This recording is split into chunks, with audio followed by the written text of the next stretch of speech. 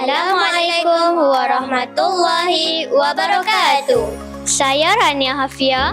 Saya Rania Humaira. Dan saya Nur Aisyahana.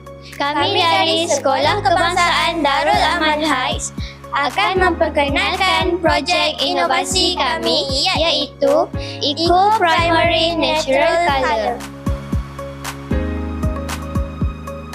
Eco Primary Natural Colour merupakan inovasi pewarna semula jadi yang mengangkat keunikan khazanah tumbuhan tempatan melalui penghasilan 3 warna asas daripada ekstrak bunga telang, kunyit dan bunga raya yang selamat, mesra alam dan bebas bahan kimia.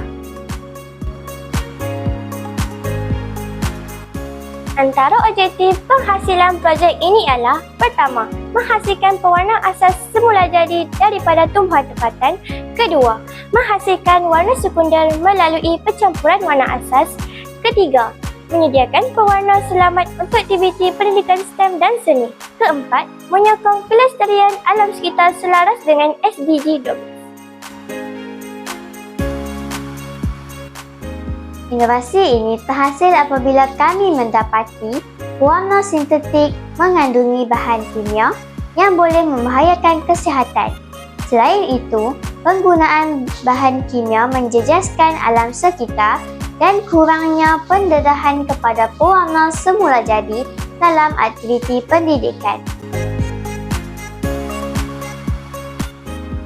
Untuk mendapatkan natural colour ini, beberapa proses perlu dilakukan. Pertama, kunyit, bunga raya dan bunga telang melalui proses perebusan untuk mengeluarkan pigmen warna.